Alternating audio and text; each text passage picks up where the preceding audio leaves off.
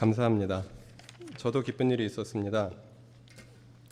지난 금요일에 아이들과 함께 숲에서 한 4시간 정도를 같이 보내면서 굉장히 행복하고 즐거운 시간을 보냈습니다. 여러분 좀 어느 정도 그래도 연세라기 하긴 나이가 드셨으니까 아시겠지만, 경험이 있으시겠지만, 맛있는 거를 먹어보면 맛없는 거를 별로 먹고 싶어지지 않습니다. 근데 우리 공동체가 이제 아이들을 숲속에서 키우는 것에 대해서 맛을 보기 시작했다라는 것이 굉장히 중요한 것 같습니다. 이 아이들을 함께하는 공동체를 세워보고자 하는 꿈이 한 2년 전부터 있었고, 그리고 그것을 노력했지만 이렇게 또 실제로 구체적으로 나들목 학교라는 이름으로 무엇인가 또 움직임이 있고, 그리고 아이들과 함께 숲속에 들어가고 그 속에서 아이들이 자연을 만나고 이렇게 하는 모든 것들이 우리에겐 또 새롭게 또 하나님께서 맛보게 해주신 공동체의 맛인 것 같고요.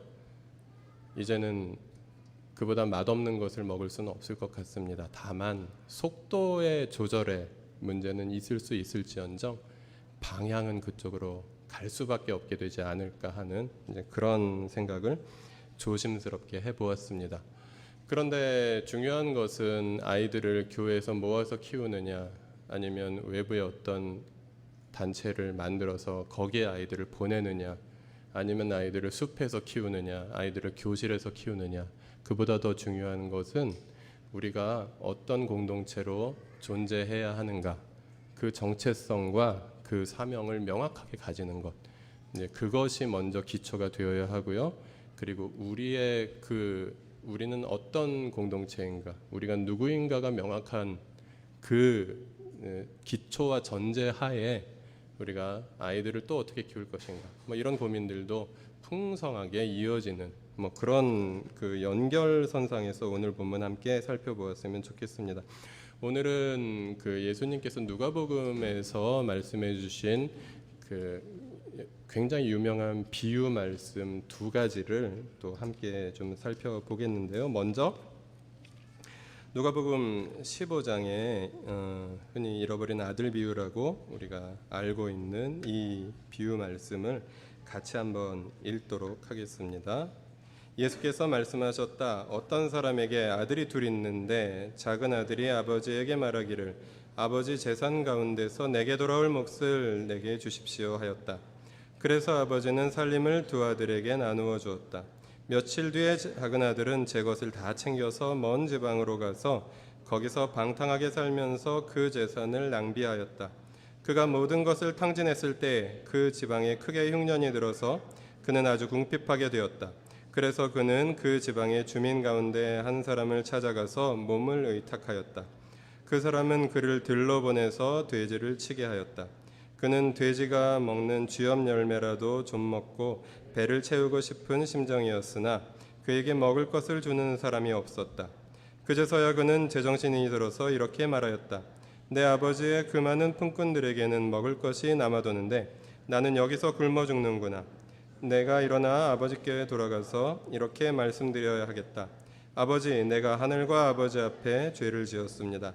나는 더 이상 아버지의 아들이라고 불릴 자격이 없으니 나를 품꾼의 하나로 삼아 주십시오. 그는 일어나서 아버지에게로 갔다. 그가 아직도 먼 거리에 있는데 그의 아버지가 그를 보고 측은히 여겨서 달려가 그의 목을 껴안고 입을 맞추었다. 아들이 아버지에게 말하였다. 아버지, 내가 하늘과 아버지 앞에 죄를 지었습니다. 이제부터 나는 아버지의 아들이라고 불릴 자격이 없습니다. 그러나 아버지는 종들에게 말하였다. 어서 가장 좋은 옷을 꺼내어 그에게 입히고 손에 반지를 끼우고 발에 신을 신겨라. 그리고 살찐 송아지를 끌어내다가 잡아라. 우리가 먹고 즐기자. 나의 이 아들은 죽었다가 살아났고 내가 잃었다가 되찾았다. 그래서 그들은 잔치를 벌였다. 그런데 큰아들이 밭에 있다가 돌아오는 길에 집에 가까이 이르렀을 때에 음악 소리와 춤추면서 노는 소리를 듣고 종 하나를 불러서 무슨 일인지를 물어보았다. 아멘. 32절까지 이 비유가 이어지고 있으나 분량 관계상 여기까지 우리가 함께 읽었습니다. 그 뒤에는 큰아들이 아버지에게 항의하는 내용이 들어있는 거 여러분 기억나실 것입니다. 어려서부터 교회를 다니신 분들은 어려서부터 익히 알고 있는 말씀인데 읽을 때마다 마음속에 무언가 좀 저리게 되는 그런 감동이 있는 그런 아버지의 사랑을 우리가 경험하게 되는 그런 말씀입니다. 이 잃어버린 아들의 비유에서 우리가 깨달을 수 있는 것은 교회는 복음을 전하는 공동체다라는 사실입니다. 이 비유의 초점은 아버지의 사랑을 아버지의 관계 속에서 풍성하게 누리는 그런 자격이 있음에도 불구하고 그것을 스스로 거부하고 떠나버린 둘째 아들이 아버지에게로 돌아와야 하는 그런 곤경에 빠진 그런 곤경에 처한 처지에 이르렀다라는 것에 있습니다. 그는 아버지에게로 돌아와야 합니다.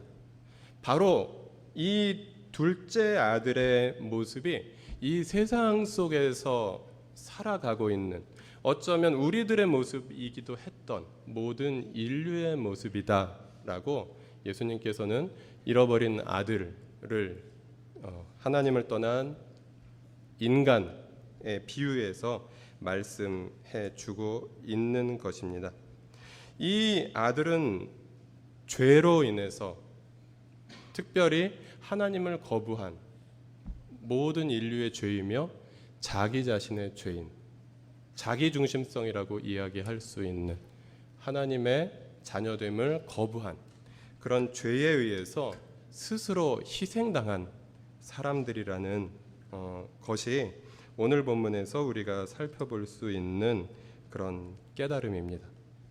그래서 이 세상에 존재하는 그리고 우리의 모습이기도 했던 그 잃어버린 아들들에게 찾아가 하나님의 사랑을 아버지의 사랑을 알려주고 도와주는 공동체가 되어야 한다라는 것이 이 비유에 우리에게 주시는 그런 교훈이겠습니다. 인간의 그 곤경을 해결할 수 있는 유일한 방법은 인간의 그들이 저버린 원래 주인이신 아버지에게로 돌아오는 것입니다. 그래서 이 세상에서 죄로 인해서 고통받고 있는 모든 사람들은 아버지에게로 돌아올 수 있는 가능성을 가진 사람들입니다. 그런데 그들은 자신이 하나님의 자녀였다라는 사실을 하나님께서 자신을 기다리고 계신다는 사실을 잊어버리고 기억하지 못하고 있습니다. 그래서 누군가가 그들이 아버지의 넉넉한 품을 그리고 그들이 아버지의 품속에서 누릴 수 있는 그 풍성한 사랑과 축복을 기억할 수 있도록 도와주는 누군가가 필요하고 바로 그가 교회가 되어야 한다. 이미 하나님 나라의 백성된 사람들이 그 역할을 해줘야 된다라고 누가복음 15장을 통해서 주님은 우리에게 말씀하십니다. 오늘 본문에 또 등장하는 그런 우리의 마음에 감동을 주는 그런 어떤 존재가 있는데 그분은 바로 아들을 기다리고 있는 아버지이십니다. 기다리는 아버지의 모습은 아들이 돌아오기만을 저 멀리 동네 어귀를 바라보면서 아마도 서성이면서 기다리고 있는 그런 아버지의 그런 따뜻하고 다정한 모습으로 나타납니다. 그리고 저 멀리에서 아들이 돌아오는 것을 보자 아버지는 달려가서 거리가 먼데도 달려가서 그의 목을 안고 입을 맞추었다 라고 그렇게 성경은 기록하고 있습니다. 그 아버지는 바로 모든 사람을 용서하고 받아주시는 하나님의 모습입니다. 주님께로 돌아오는 사람들을 거절하지 않으시고 받아주시는 그런 아버지의 모습입니다. 그냥 용서해 주실 뿐만 아니라 그래서 너 저기 구석에서 종노릇하며 살아라 그냥 찬밥 먹으면서 살아라. 그냥 거두어 주는 것이 어디냐 말씀하시는 것이 아니라 그에게 원래 그 아들이 입었던 옷을 다시 입혀주고, 원래 그 지금은 팔아먹었지만 아들의 손에 끼워져 있었던 가락지를 끼워주고, 그리고 그 아버지의 원래 누리던 그 아버지의 그 모든 사랑과 축복을 다시 누릴 수 있도록 도와주시는, 돌아온 아들을 회복시켜 주시는 아버지의 사랑이 오늘 본문에는 잘 나타나 있습니다. 그런데 우리가 오늘 본문 끄트머리쯤에서 등장한 한 사람의 모습을 봅니다. 그는 큰 아들이었습니다. 그 아들은 굉장히 충성스러운 아들이었습니다. 한결같이 아버지를 섬기는 그런 아들이었습니다. 굉장히 모범생이고 아버지를 떠난 적이 없는 그런 굉장히 착실한 아들이었습니다. 그러나 그는 돌아온 동생을 용납하지 못합니다. 그리고 돌아온 동생을 환대해주는 아빠를 용납하지 못합니다. 그래서 아버지에게 항의합니다. 내가 당신 앞에 있을 때, 그리고 당신의 일을 수년 동안 감당할 때 나에게 별로 해준 것도 없으면서 당신을 저버린 저 아들이 돌아올 때 소를 잡아 잔치를 베푸는 것이 이게 가당한 일입니까, 아버지? 라고 항의하는 모습이 여기 나옵니다. 그리고 그는 또한 잘 생각해 보면 집 나간 동생을 찾으러 나가지 않았던 그런 형의 모습을 또 볼 수 있지도 않을까 생각을 해봅니다. 그래서 예수님께서는 이 이야기를 하시면서 당시에 그 하나님의 백성이라고 그냥 안도감을 가지면서 그냥 그렇게 형식적인 하나님과의 관계 속에서 그것을 즐기고 있던 사람들에게 너희는 바로 그런 큰아들과 같은 모습이 아니냐, 너희들이 죄인이라고 말하는, 너희들이 천대하고 있는 바로 저들이 너희들이 품어주고 환대해 주어야 하는 동생들이 아니냐라고 예수님께서는 깨우쳐 주시고 있는 그런 말씀입니다. 이 말씀이 이 세상의 교회로 존재하는 모든 사람들에게 기억하고, 그리고 계속해서 묵상하며, 그리고 삶 속에서 순종해야 하는 말씀이라고 우리는 오늘 본문을 통해서 하나님의 음성을 듣습니다. 그리고 우리는 과연 우리의 도움이 필요한, 그래서 아버지의 품을 우리의 도움을 받아서 기억해야 하는 사람들에게 어떻게 그들에게 찾아가고 있고, 그들을 위해서 어떻게 기도하고 있고, 그들을 어떻게 돌아보고 있고, 어떻게 섬기고 있고, 어떻게 사랑하고 있는가, 그것을 심각하게 또 되돌아보고, 그리고 우리가 하나님 앞에서 다시 우리들의 삶의 자세를 가다듬게 해주시는 그런 말씀인 것 같습니다. 여러분에게는 여러분이 챙겨야 할 잃어버린 아들, 동생이라고 할 수 있는 그런 존재가 있으신지요? 그렇다면 그에게 어떻게 하나님의 사랑을 전해주고, 그에게 어떻게 아버지의 따뜻한 품을 기억하게 해주고 있으신지요? 교회는 바로 그것을 아는 사람들의 공동체다. 교회는 바로 이 세상에서 그 역할을 하는 사람들이다라고 성경은 우리에게 말씀해 주고 있습니다. 그리고 두 번째로 같은 누가복음에 들어있는 또 한 가지 본문을 우리가 함께 읽도록 하겠습니다. 누가복음 10장 25절부터 37절까지의 말씀입니다. 같이 함께 읽겠습니다. 어떤 율법 교사가 일어나서 예수를 시험하여 말하였다. 선생님, 내가 무엇을 해야 영생을 얻겠습니까? 예수께서 그에게 말씀하셨다. 율법에 무엇이라고 기록하였으며 너는 그것을 어떻게 읽고 있느냐? 그가 대답하였다. 내 마음을 다하고 내 목숨을 다하고 내 힘을 다하고 내 뜻을 다하여 주 너희 하나님을 사랑하여라 하였고, 또 내 이웃을 내 몸같이 사랑하여라 하였습니다. 예수께서 그에게 말씀하셨다. 내 대답이 옳다. 그대로 행하여라. 그리하면 살 것이다. 그런데 그 율법 교사는 자기를 옳게 보이고 싶어서 예수께 말하였다. 그러면 내 이웃이 누구입니까? 예수께서 대답하셨다. 어떤 사람이 예루살렘에서 여리고로 내려가다가 강도들을 만났다. 강도들이 그 옷을 벗기고 때려서 거의 죽게 된 채로 내버려 두고 갔다. 마침 어떤 제사장이 그 길로 내려가다가 그 사람을 보고 피하여 지나갔다. 이와 같이 레위 사람도 그곳에 이르러 그 사람을 보고 피하여 지나갔다. 그러나 어떤 사마리아 사람은 길을 가다가 그 사람이 있는 곳에 이르러 그를 보고 측은한 마음이 들어서 가까이 가서 그 상처에 올리브 기름과 포도주를 붓고 싸맨 다음에 자기 짐승에 태워서 여관으로 데리고 가서 돌보아 주었다. 다음 날 그는 2 데나리온을 꺼내서 여관 주인에게 주고 말하기를 이 사람을 돌보아 주십시오. 비용이 더 들면 내가 돌아오는 길에 갚겠습니다 하였다. 너는 이 사람 가운데서 누가 강도 만난 사람에게 이웃이 되어 주었다고 생각하느냐? 그가 대답하였다. 자비를 베푼 사람입니다. 예수께서 그에게 말씀하셨다. 가서 너도 이와 같이 하여라.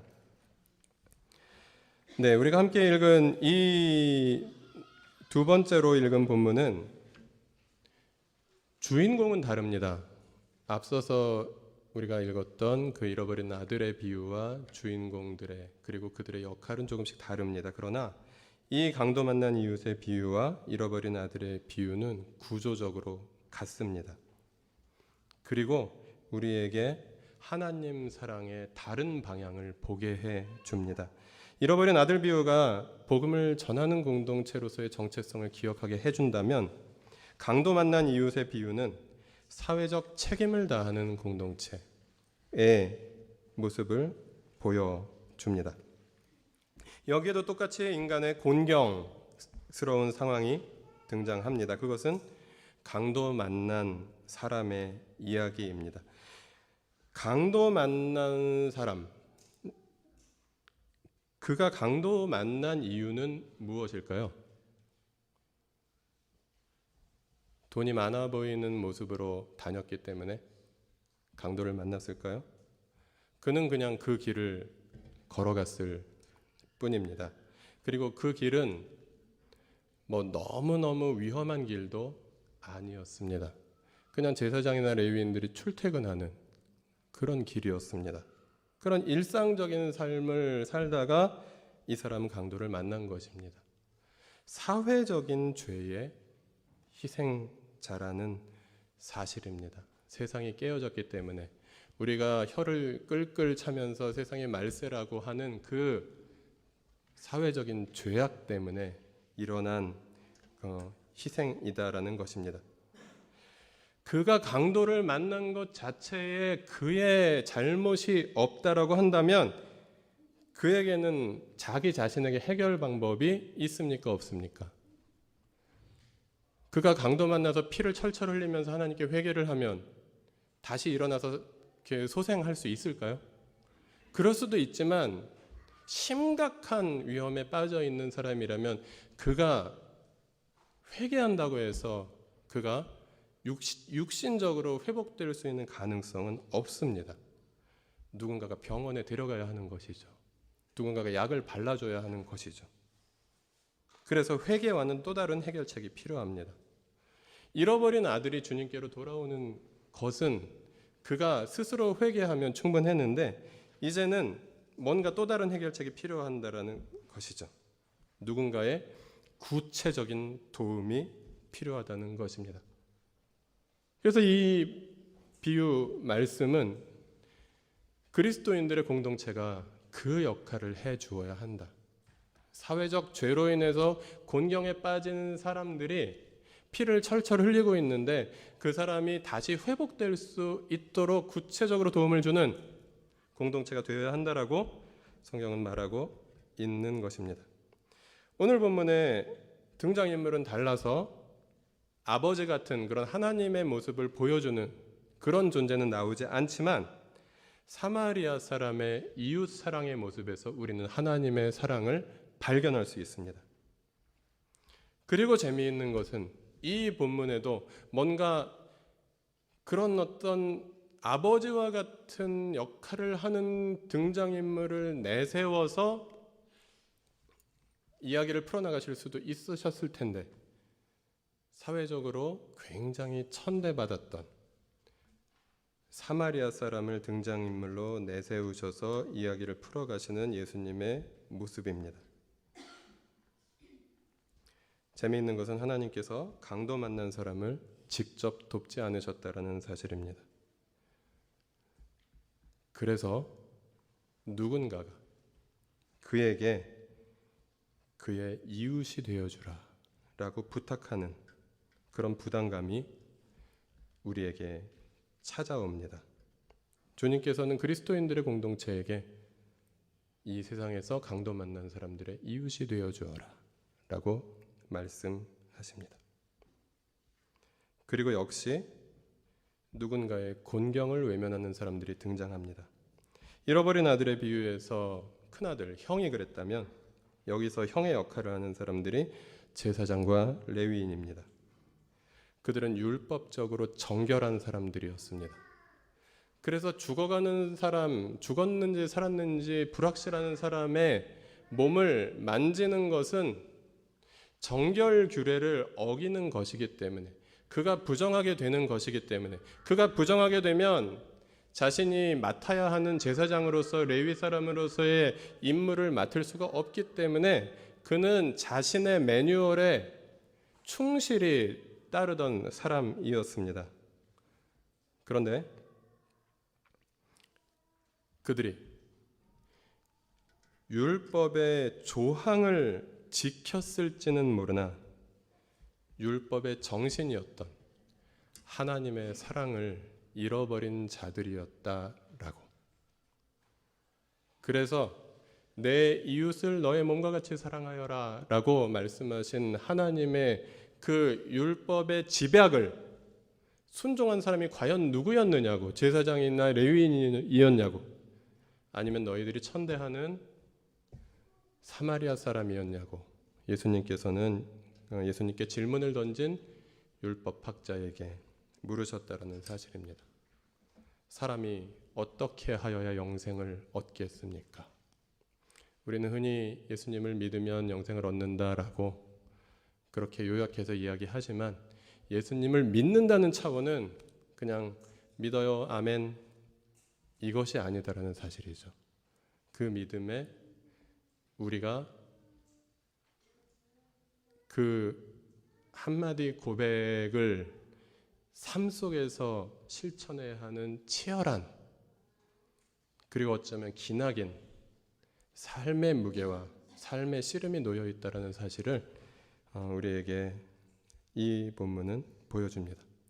그래서 주님께서는 누가복음에 두 가지 비슷한 주제를 가지고 그리고 비슷한 구조를 가진 두 개의 닮음꼴의 비유를 통해서 하나님 나라 백성의 공동체는 어떤 모습으로 이 세상에서 존재해야 하는가, 아버지의 사랑을 잃어버린 사람들에게 그 아버지의 사랑을 기억하게 해주는 공동체로 서라, 그리고 이 세상의 사회적 죄악으로 인해서 고통스러워하는 자들에게 손을 내밀어서 그들의 이웃이 되는 공동체로 서라 라고 말씀하고 계신다는 사실을 오늘 본문을 통해서 만날 수 있습니다. 이렇게 곤경에 빠진 사람들에게 복음을 들고 예수 그리스도를 직접적으로 증거하며 찾아가는 공동체, 그리고 하나님의 사랑으로 사회적 죄악으로 인해서 고통받는 사람들에게 손을 내밀어주고 그들의 눈물을 닦아주는 공동체, 그 공동체를 요약하면 총체적 선교의 공동체다라고 말할 수 있을 것입니다. 그래서 그 공동체는 예수 천당 불신지옥의 공동체가 아니라 하나님 나라 복음으로 말씀을 해석하고 그 말씀에 따르는 공동체다라고 계속해서 이 말씀 시리즈를 통해서 우리가 배우고 그리고 묵상하고 있습니다. 그러면 여러분께 질문을 드리고 싶습니다. 오늘의 나는 이 이야기에서, 이 두 편의 이야기에서 누구를 닮았는가 하는 생각을 좀 해보았으면 좋겠습니다. 우리가 이렇게 모여 있는데 어느 정도의 동질성이 느껴집니다. 그러나 기독교 공동체, 하나님 나라 백성들의 공동체에는 이 다양한 모습의 사람들이 다 있는 것이 정상적인 모습입니다. 너무 다양한 사람들이 모여 있는 것, 이것은 특별한 것이 아니라 정상적인 모습이다라는 사실입니다.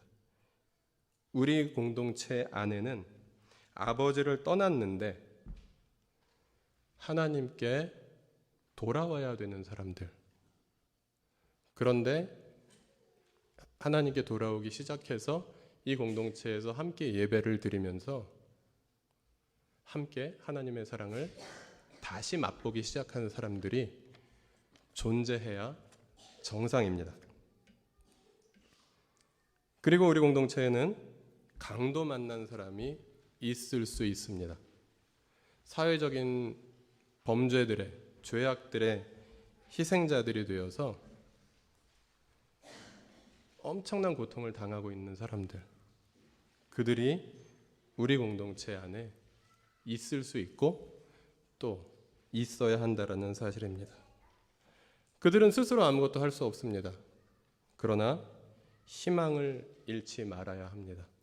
그리고 기독교 공동체는 그들의 희망이 되어 주어야 합니다. 또 우리 공동체에는 잃어버린 아들을, 집 나간 아들을 기다리는 아버지의 마음을 품은 누군가가 있어야 합니다. 그래서 누군가의 구원을 위해서 간절히 기도하며 애쓰고 있는 사람들, 그들은 유명한 복음 전도자들처럼 그렇게 수백 명, 수천 명, 수만 명을 한꺼번에 주님께로 인도하지는 못해도 내가 사랑하는 누군가를, 내 가슴 속에 있는 누군가를 위해서 기도하며 그들을 주님께 인도하기 위해서 애쓰는 사람입니다. 그리고 그런 공동체에는 사마리아 사람과 같은 사람들이 있어야 합니다. 이웃의 아픔을 공감하고 손 내미는 사람이 필요합니다. 그 사람은 사마리아 사람처럼 정통 집단에서 약간 손가락질을 받는 사람일 수도 있습니다. 그러나 중요한 것은 경건의 외형적인 모양이 아니라 하나님의 사랑을 진심으로 담고자 하는 그 사람들의 노력이고 그리고 마음이며 하나님의 말씀에 순종하는 모습이다라는 사실입니다. 그리고 그런 공동체에는 복음 전도의 사명에 무관심한 큰 아들과 같은 사람도 있을 수 있습니다. 그리고 제사장과 레위인 같이 어떤 율법을 준수하는 면에서 흠잡을 것이 없이 완벽해 보이나 그리스도인의 사회적 책임에 무관심한 그런 사람도 있을 수 있습니다. 그런데 주님께서는 그들이 모여서 한 공동체를 이루며 함께 하나님을 닮아가고 또 이제 복음을 듣고 주님의 백성으로 성장하기 시작하는 사람들이 잘 성장할 수 있도록 도와주고, 그리고 조금 지금은 생각이 달라도 그래도 함께 하나님의 자녀요 하나님의 백성이라고 고백하는 사람들이 함께 치열하게 성경을 묵상하고 함께 주님의 말씀을 분별하면서 함께 그 길을 가자라고 우리에게 말씀하십니다. 그래서 그들은 그리스도의 장성한 분량까지 자라나는 그런 그리스도인들입니다. 특별히 지역교회는 바로 그러한 역할을 합니다. 모든 그리스도인들이 이 두 가지 역할을 균형 있게 다 잘할 수는 없을 수 있습니다.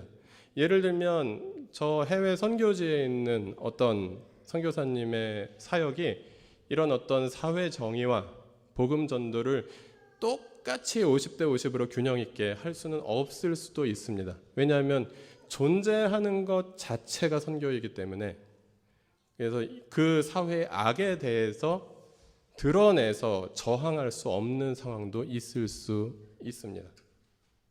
그리고 예를 들어서 어떠한 특정한 계층이나 그런 대상들을 위해서 섬기고 사역하는 그런 사람들은 또한 이 세상에서 각계각층에 대해서 골고루 관심을 보일 수는 없을 수 있습니다. 특정 계층, 예를 들면 대학생, 예를 들면 어떤 외국인 노동자, 이런 분들에게 굉장히 많은 관심을 특별하게 더 쏟을 수밖에 없는 그런 상황도 하나님께서 그분들에게 사명으로 주십니다. 그런데 지역교회는 우리가 오늘 신앙 고백에서도 고백했던 거룩한 공회를 내가 믿습니다라고 고백했던 그 거룩하고 공적이며 그리고 사도적인 교회를 말하는 이 지역에 존재하는 평범한 사람들의 모임인 이 교회는 이 복음 전도와 사회적 책임의 균형을 올바로 가질 것을 우리에게 요구하고 있습니다. 함께 에베소서 4장 11절부터 16절까지 같이 읽어보실까요? 그가 어떤 사람은 사도로, 어떤 사람은 선지자로, 어떤 사람은 복음 전하는 자로, 어떤 사람은 목사와 교사로 삼으셨으니 이는 성도를 온전하게 하여 봉사의 일을 하게 하며 그리스도의 몸을 세우려 하심이라. 우리가 다 하나님의 아들을 믿는 것과 아는 일에 하나가 되어 온전한 사랑을 이루어 그리스도의 장성한 분량이 충만한 데까지 이르리니 이는 우리가 이제부터 어린아이가 되지 아니하며 사람의 속임수와 간사한 유혹에 빠져 온갖 교훈의 풍조에 밀려 요동하지 않게 하려 함이라. 오직 사랑 안에서 참된 것을 하여 범사에 그에게까지 자랄지라. 그는 머리니 곧 그리스도라. 그에게서 온 몸이 각 마디를 통하여 도움을 받음으로 연결되고 결합되어 각 지체의 분량대로 역사하여 그 몸을 자라게 하며 사랑 안에서 스스로 세우느니라. 아멘. 함께 읽은 이 본문에는 자라난다, 성장한다라는 표현들이 많이 등장합니다. 그리고 공동체가 함께 서로 도와가며 한 몸을 이루어간다라고 이야기하고 있습니다.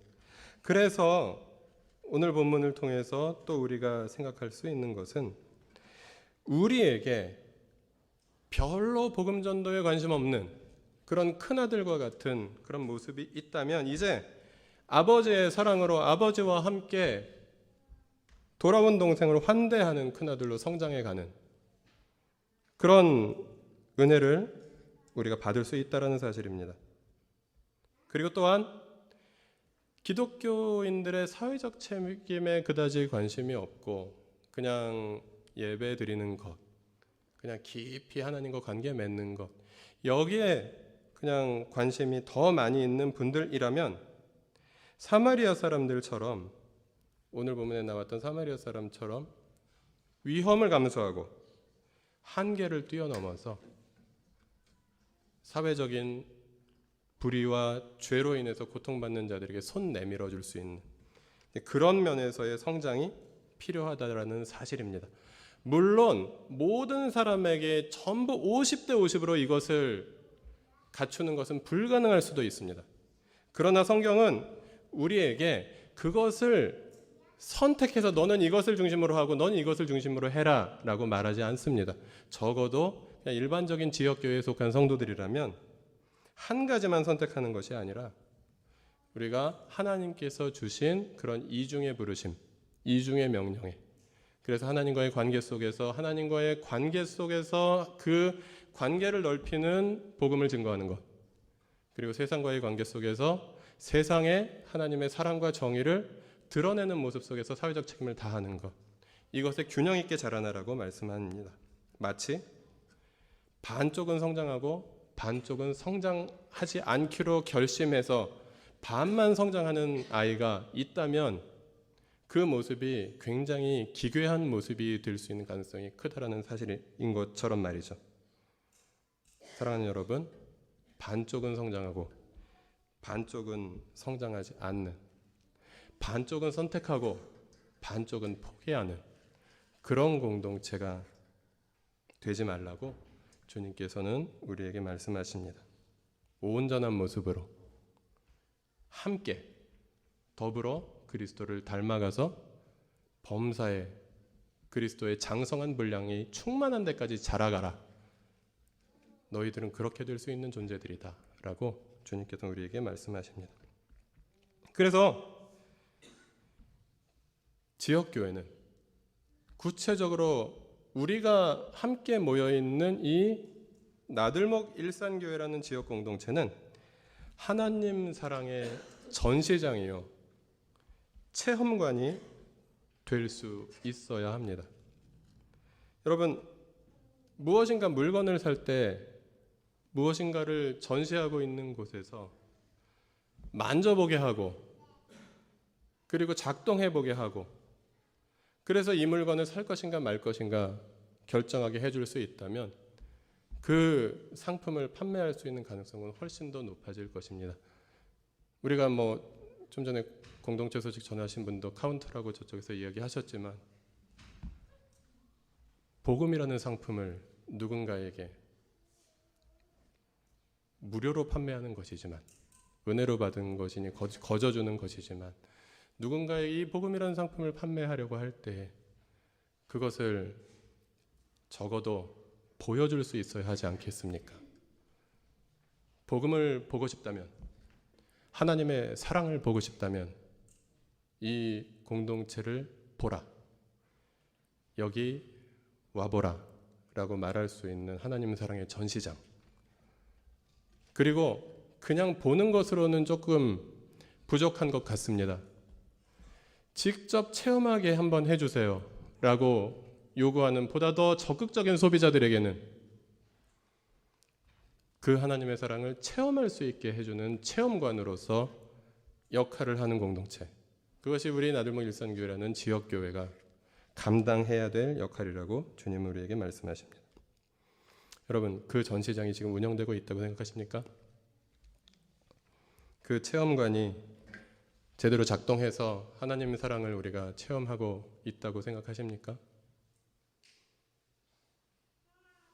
굉장히 비관적인 표정을 지으시는데, 우리가 아무것도 할 수 없어도 희망을 가지라고 주님께서는 말씀하십니다. 그리고 우리가 계속해서 그런 모습으로 자라나라. 그래서 하나님께서는 우리를 니네는 틀렸어, 포기해라고 말씀하시는 것이 아니라 우리를 격려하시고, 그리고 그 사랑의 전시관이요 체험관으로서의 역할을 감당하는 그런 아름다운 그리스도를 머리로 이렇게 삼은 그런 건물로서 함께 지어져 가라라고 주님께서는 우리에게 말씀하십니다.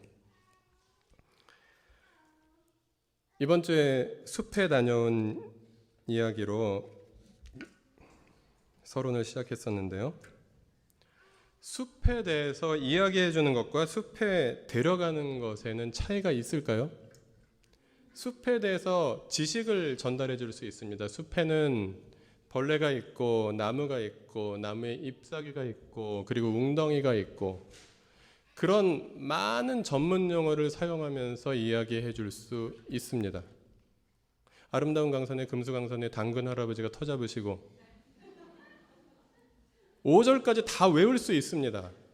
그런데 그것을 이것이 어떤 이야기였다라고 가르쳐 주는 것, 그래서 의미를 알고 또 경험해 보고,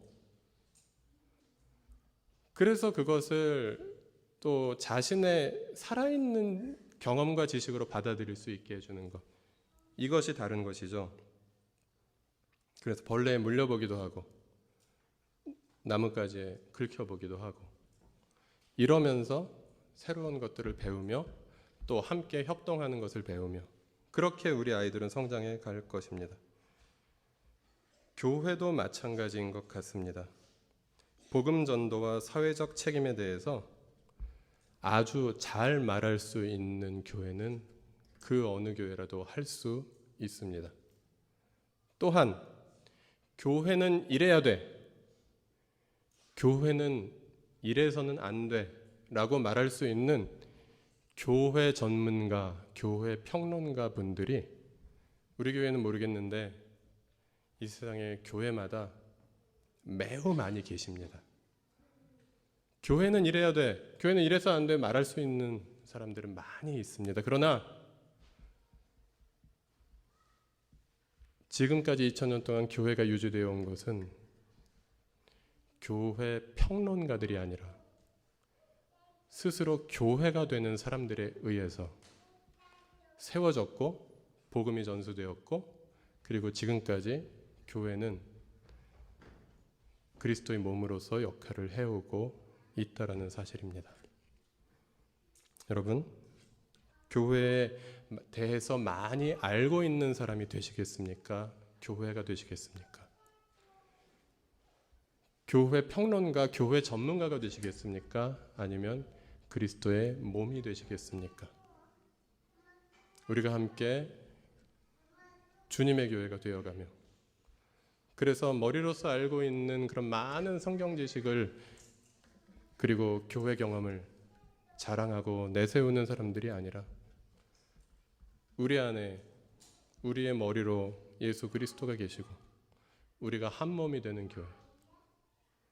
그래서 우리 안에 주님을 모시고 주님께 예배하는 공동체로서 주님께서 기뻐하시며 그리고 주님만 바라보고 있는 것이 아니라 이 세상에서 주님의 사랑을 필요로 하는 사람들에게 주님을 보여주고 그리고 하나님의 사랑을 경험하게 해주는 공동체로서 서라고 주님께서는 우리에게 말씀하십니다.